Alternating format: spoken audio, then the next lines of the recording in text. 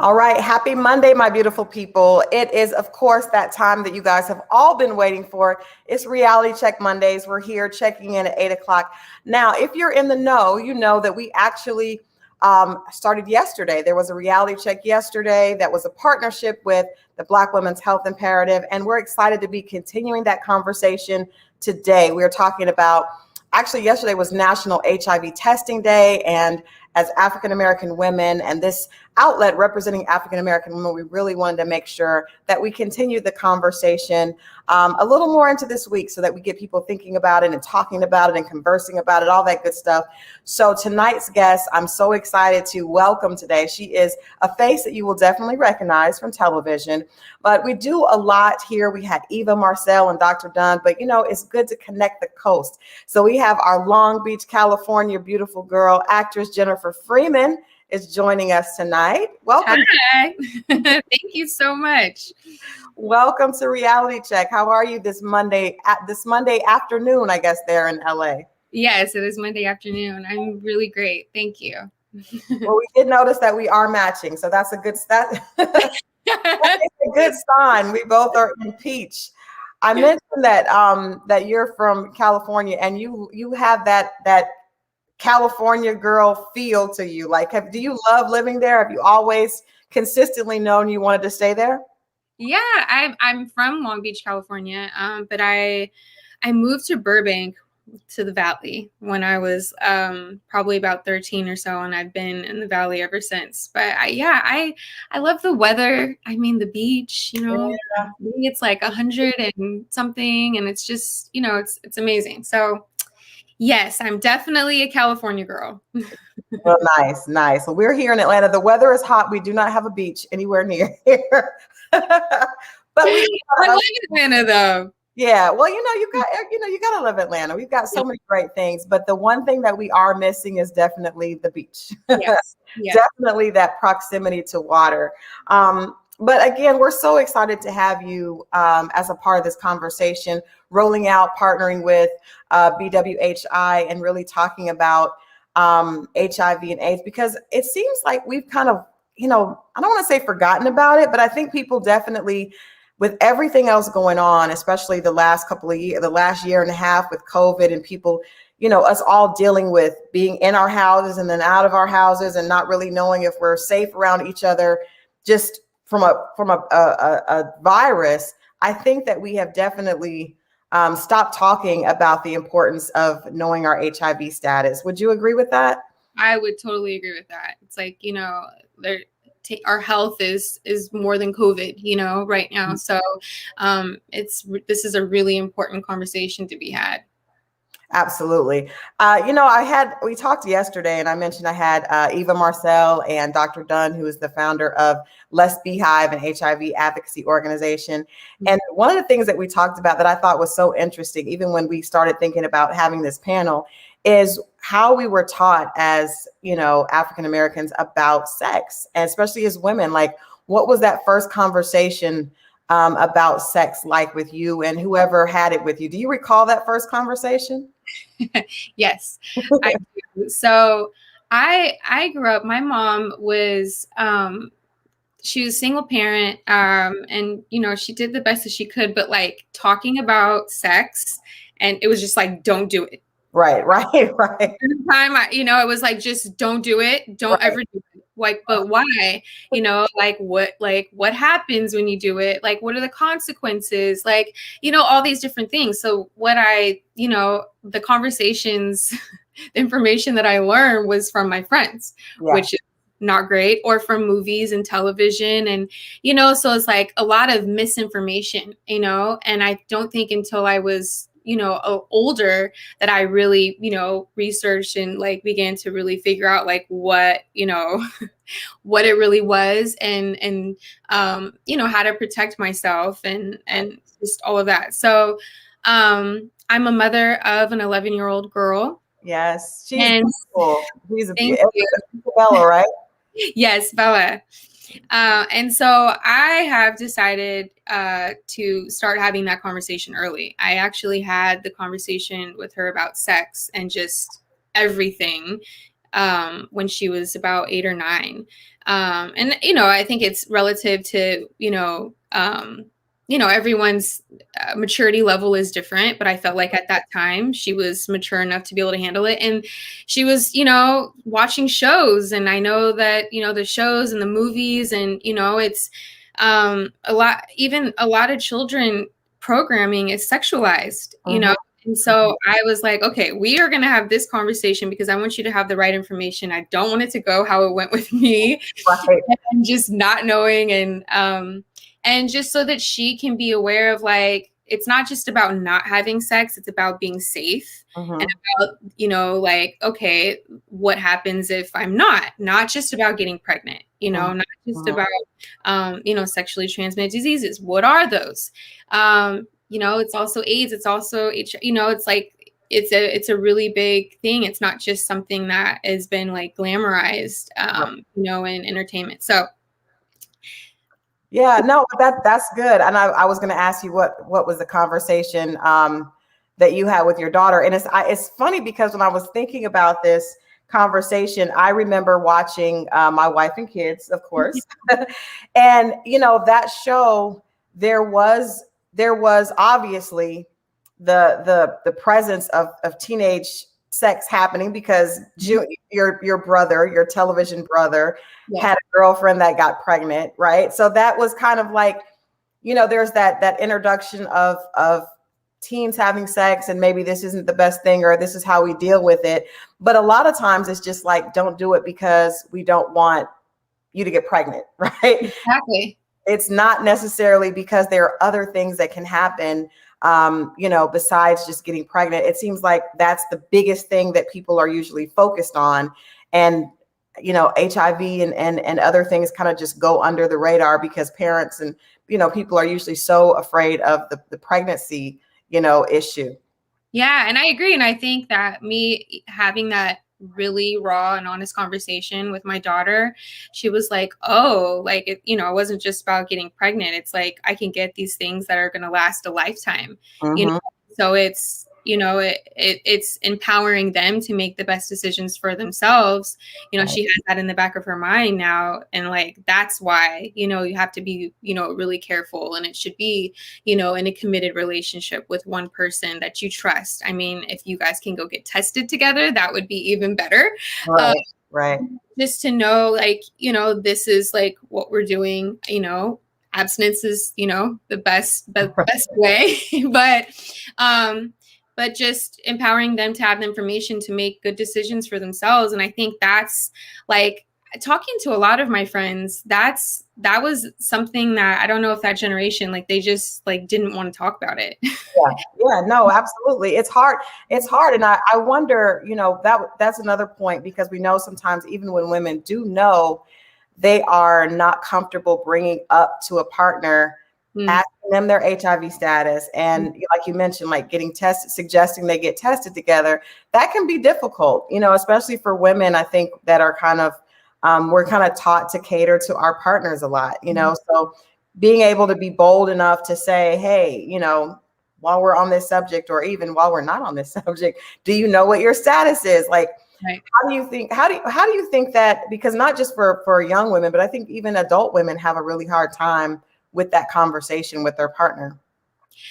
I mean, I think it's definitely something that needs to be had. I'm all about self-love, and so I think when you think about self-love, or a lot of times you think about self-love, you think about, like getting your nails done and going and, pampering yourself. But like, really, that is self-love. Like, I need to know, like, your status. I want to stay healthy. I want to be responsible in this relationship. And, and so it's really taking ownership of your health and your life. I mean, it's a very serious thing. So, yeah. Yeah. I like the idea of making it synonymous with self-love, because I think that's a great way. We've been taught that our mental health is something that we all should be thinking about, and we should all be focusing on how to take care of ourselves. And And I think that's a great tie-in, for this. Also, there's the idea that African American women are disproportionately affected by this. Like we are, our numbers are so much higher than other groups. How do you even explain that? Because we see that happening in so many different situations, but is in this situation, our numbers are so much higher, as well. So how do you think that we as a community can try to offset this and try to educate ourselves so that we can make those numbers go down and get more women aware of just being aware and being comfortable in that space? I mean, I think it's definitely having more conversations with your girlfriends, encouraging your girlfriends to go get tested. I think, a lot of times, just as women in general, we put things off. Like, we got this to do, we have the kids, the career. We're like, and then our health comes last. So it's really, putting our health first and going and getting, tested or going and getting and checked out. And then, I think sometimes there might be like, oh my God, I don't want to know. Right.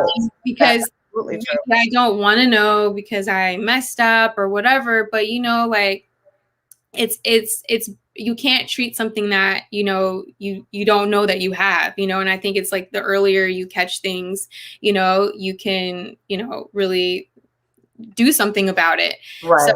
So, and so I think that, I don't know, I just think there's confidence that comes from truth, and so that's just how I like to live. And I think it's really just encouraging your girlfriends to go and take care of yourself and put your health first.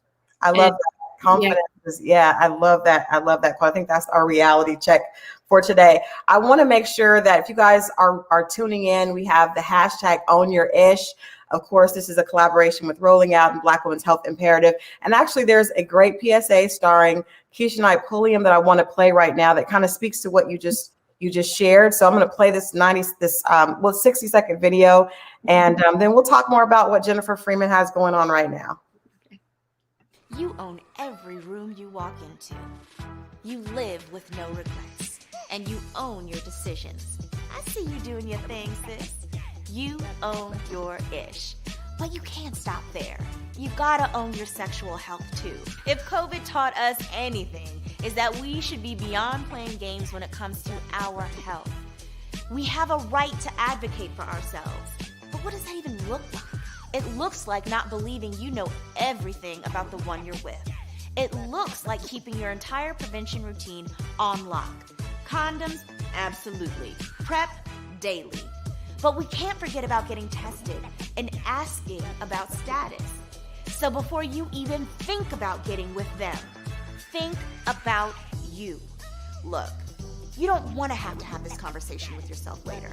Go to onourownterms.bwhi.org for more information.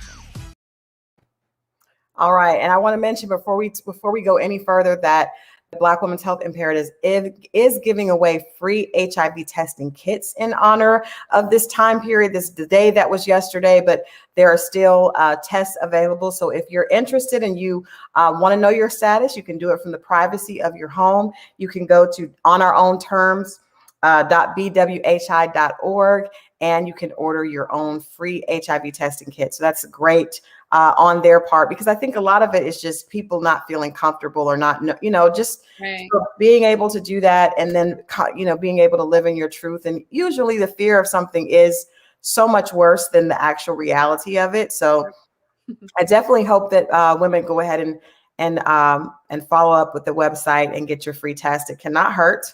It can only help. So that being said, like I said, we grew up watching you on television. One of my favorite cameos that you did is on. I had the guilty pleasure of Real Husbands of Hollywood, and you did this funny character. Well, actually, you played yourself. The show was brilliantly funny, but I loved, because it's so, we saw you as like a teenager, and then then we see you as like, oh, Claire's all grown up. She's grown up and she's gorgeous. How was that? How was that role that you played on that show? Oh, that was so fun. I mean, to work with, Kevin, Cedric, just Dwayne, everyone. they're all so funny. So it was a lot of fun. And it was a lot of fun to like kind of make fun of myself. So It was hilarious because you played Tisha Campbell's daughter on TV, and Dwayne was like, "That's my TV stepdaughter." It was hilarious. A lot of fun. So fun. Yeah. Yeah. So I see now that you're doing podcasting. What are your conversations like, and how are you enjoying kind of going from being in front of the camera to, invoking conversations with others behind the mic? I mean, my podcast is about being free. And so what that means to everyone, and everyone has their own journey, just overcoming different challenges or different things. And so I love it. I love having these conversations about purpose and about things that are really going to help people. And so it's been a really great experience. Good. Well, the last question I want to ask you before we let you go is just, I know for me being a mother of being a mother, period, but then also having a daughter has taught me so much and has made me look at things so much differently. Like things that I would do myself, I'm thinking, wow, if she did that, it would bother me. If she wasn't taking care of herself the way I sometimes don't take care of myself, it would bother me. So I want to ask you, what has been the biggest lesson that motherhood has taught you? The biggest lesson that motherhood has taught me was, it's like when I see her, I see, like the little me, so I'm like all the things that I struggled with, that I really didn't, like heal from, were like the self-worth and just like knowing my worth and loving myself, like really, and it's self-acceptance and all that. I make sure that I'm very intentional about building her up. Mm-hmm. And because I think that that's just, really important. So I think, I don't know, that's been great as being a mom. Yeah. Yeah. Well, I love seeing the two of you on social media, because you've really been able to kind of pull her into your world and do things together. So I think that's a great example for other mothers and daughters. So appreciate that. Well, and we also appreciate you being a part of this movement. It's so important, and voices from us, I think, are extremely important, because I think it's easier to listen to someone that you feel like, okay, that's me. I can relate to that person. So we thank you so much for being a part of today's conversation. Can you let people know where they can follow you or where they can learn more about your podcast? Yes. So you can follow me on Instagram, MSJEN Freeman. And so if you follow me on there, you'll be able to stay up to date with whatever I'm doing. So awesome. All right. Well, thanks so much. Enjoy the rest of your evening, Jennifer. Thank you. Thank you so much. Bye. Right. Bye-bye.